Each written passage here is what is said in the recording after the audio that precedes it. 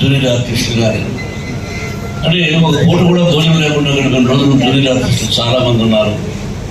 ఎంతమందికి సహాయం చేయగలం మనం అని మద్రాసులో ఆలోచన చేశాం. ఈ రోజున ఎక్కడెక్కడో పండుగలు జరుపుకోవచ్చు. నాకు భోజనం లేని రోజులు గుర్తొచ్చి ఆ రోజును జూనియర్ ఆర్టిస్టులుగా ఎంత ప్రేమ ఉందో ఆ రోజు నుంచి కూడా నేను అసిస్టెంట్ ఉన్నప్పుడు వాళ్ళు ఎలా ప్రేమగా ఉండి వాళ్ళ పక్కన కూర్చొని భోంచేసేవాడు. మీకు తెలియదు. అలాగా చిన్న ఆర్టిస్ట్ ఉంది, పెద్ద ఆర్టిస్ట్ ఉంది, ప్రతి ఒక్కరిని సహచరులు పిలిపించాలని, వాళ్ళతో కలిసి భోజనం చేయాలని హృదయపూర్వకంగా నా బిడ్డను ఆశీర్వదించినటువంటి మూవీ ఆర్టిస్ట్ అసోసియేషన్ మెంబర్స్ అందరినీ పిలవాలని తమ్ముడు శివబారెడ్డికి చెప్పి విష్ణువు చెప్పాను, నాన్న 4-5 సంవత్సరాలు అయిపోయింది, నిన్ను ఆశీర్వదించారు వాళ్ళందరినీ ఓటు వేయమని అడిగాను. 600 ఉన్నారు, 500 మెంబర్స్ ఎంతమంది చేశారు, గెలిపించారు. గెలిపించిన వారిని, ఓటు వేసిన వాళ్ళని, వేయని వాళ్ళని అందరూ నాకు కావాలి. అందరూ మన సినిమాలు చూస్తుంటే ఉండాలి.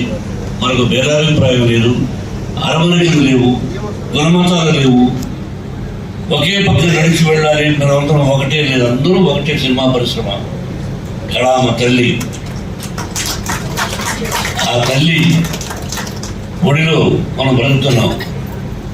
నీ పేరు మర్చిపోతున్నానే.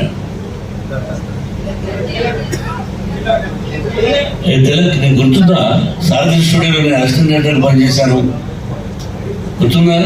మరి ఎప్పటి నుంచి నువ్వు ఉన్నాను సారథి స్టూడియోలో. నేను మరపురాని మనిషి. అప్పుడు నువ్వు అక్కడ యాక్టర్గా వచ్చావు. మరి 20 సంవత్సరాలు మరపురాని మనిషి. అప్పుడు నేను నటుడు కాదు, నాకు జీతం 200 సినిమా. అంటే మిమ్మల్ని అందరినీ గుర్తు చేసుకోవాలని, మీతో కలిసి భోజనం చేయాలని, ఏర్పాటు చేయాలని నా బిడ్డకి చెప్పడం చాలా సంతోషం. నాకు చెప్పడం రియలీ విష్ణుబాబు ఎలా చేస్తున్నాడని తెలిసి దూరంగా తనకు తెలియకుండా తెలుసుకుంటూ ఉంటాడు. అప్పుడప్పుడు రవిని అడగడం, మిగతా వాళ్ళని అడగడం, ఏమయ్యా నిజమేనా శోభారాజు వచ్చేసి చెప్పు అనుకున్నవన్నీ జరుగుతున్నాయా? ఇంకా ఫైనల్గా ఒకటే ఉందనుకుంటా హౌస్, అది కూడా అదే తొందరలో అయిపోతుంది. ఒకరోజు లేట్ అవ్వచ్చు కాక, బట్ 100% 100% భగవంతుని సాక్షిగా అతను చెప్పింది చేస్తాడు.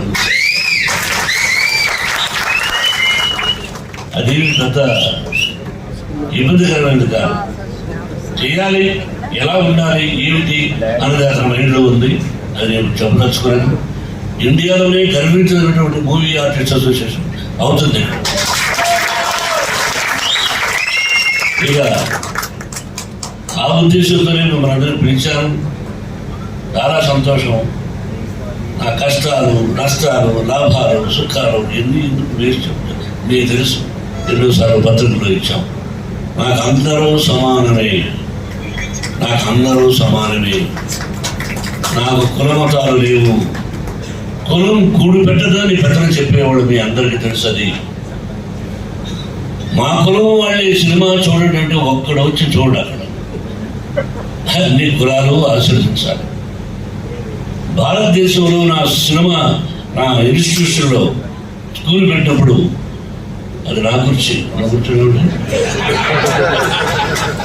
మాట్లాడు అంటే వాళ్ళు ఎవరు కూర్చోలేదు. మా ఇంటి దగ్గర అనిపించారు కూర్చో అంటే వస్తారు కూర్చొని కాళేశ్వరం కూర్చొని ఇట్లా ఏం చేయాలి. మరి వాళ్ళు ఎవరు కూర్చోలేక కూర్చో, ఎక్కడ కూర్చో. కాబట్టి తనకు కొంచెం అసంతృప్తి ఏంటంటే ఎంతమంది మెంబర్లు మన సిటీలో ఉన్నారు అంతమంది వస్తారనుకున్నాం. ఒక గ్రేడ్ వాళ్ళని వదిలేస్తాం. మిగతా నెక్స్ట్ ఏమిటి, పలానా వాళ్ళు పెద్దవాడు అనుకున్న వాళ్ళు వద్దులే, మిగతా వాళ్ళు అందరినీ పిలవండి అన్నాను. కనీసం 500 మంది అంతా వచ్చున్నారా, మన 400 వచ్చారు. ఏ ఒక్కరూ రాకపోయినా నాకు మనసు కష్టమే. భోజనం లేక రాలేదు. మీరు ఆప్యాయంగా ప్రేమగా మోహన్ బాబు గారు పిలిచారు, వచ్చారు.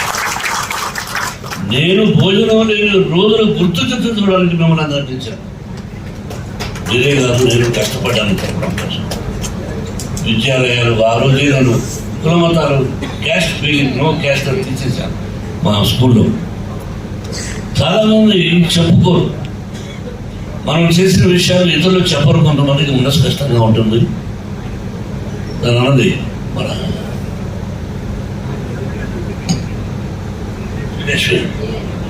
దానికి తెలుసు. చాలామంది అప్పుడున్న ప్రెసిడెంట్ కానీ మేము ఇది చేసేస్తాం అంటే ఎవరైనా చనిపోతే వెంటనే మీ పిల్లలు మేము చదివించేస్తాం, పొడిచేస్తాం, గెలిచేస్తాం అని చెప్పారు. ఎవరు ఎంతమందికి చేశారో నాకు తెలియదు, నాకు అనవసరం. నా దగ్గర తెలిసి నేను కూర్చోమ్మా పేర్లు చెప్పను, కానీ నేను చనిపోయిన నటుడు భార్యకు ఉద్యోగం ఇచ్చాను, ఆ బిడ్డలను చదివించాను. ఆ తర్వాత వాళ్ళ తెలివితేళ్లతో వాళ్ళ హీరోలని ఈ మధ్యన కన్నా 2-3 రోజులు ముందు హీరోలు అయ్యారు. అలాగే ఇంకొక నటుడు నా పక్కన యాక్ట్ చేశాడు, రిలేషన్ బంధువు. అతని పిల్లలు కూడా హీరోయిన్ అయింది, హీరో నటుడుగా ఉన్నారంటే చాలామంది పిల్లలు మనం చదివించాం. అది కొంతమంది అయినా చెప్తుంటారు, చెప్పుకోరు. బట్ నేను చెప్పాలి నిజం, నేను ఏం చేశాను నటుడుగా.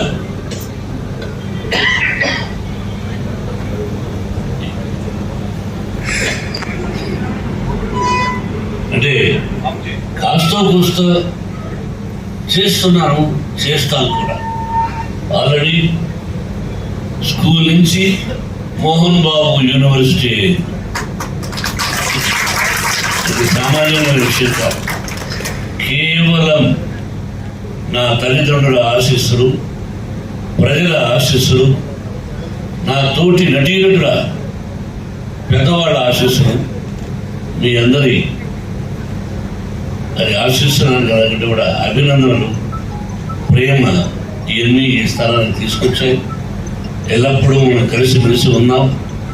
నా సినిమాలో కులాలను కాకుండా చాలామందికి అవకాశాలు కలిగించాను. నాకు అటువంటిది లేదు. మీ అందరి ఆశీస్సులతో కన్నప్ప సినిమా తీస్తున్నాం, ఒక గొప్ప చిత్రం అవుతున్నాను.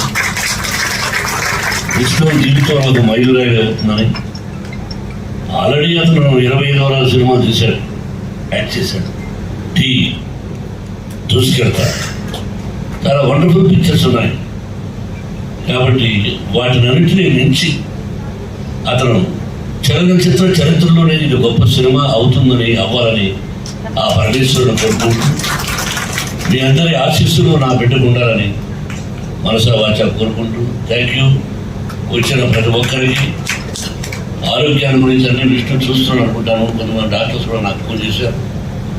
చాలామంది ఎంతో ఆప్యాయంగా నాతో కలిసి, ఎంతో నువ్వు కానీ రిలేషన్ కానీ చాలామంది కలిసి ప్రయాణం చేసిన వాళ్ళు ఉన్నారు.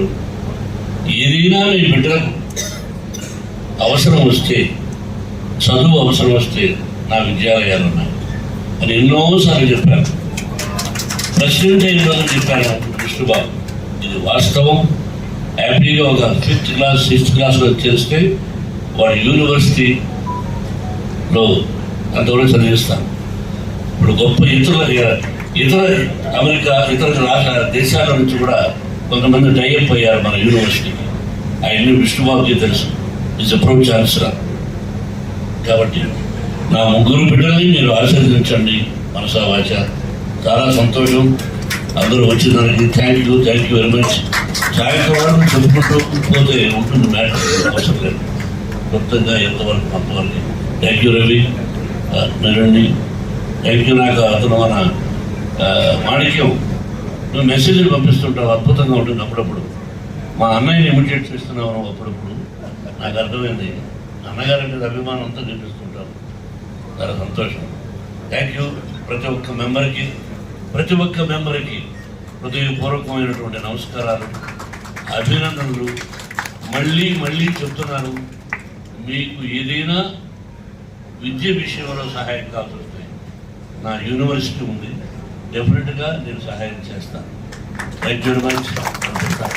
ఇప్పుడు ఎవరైనా మీరు సన్మాని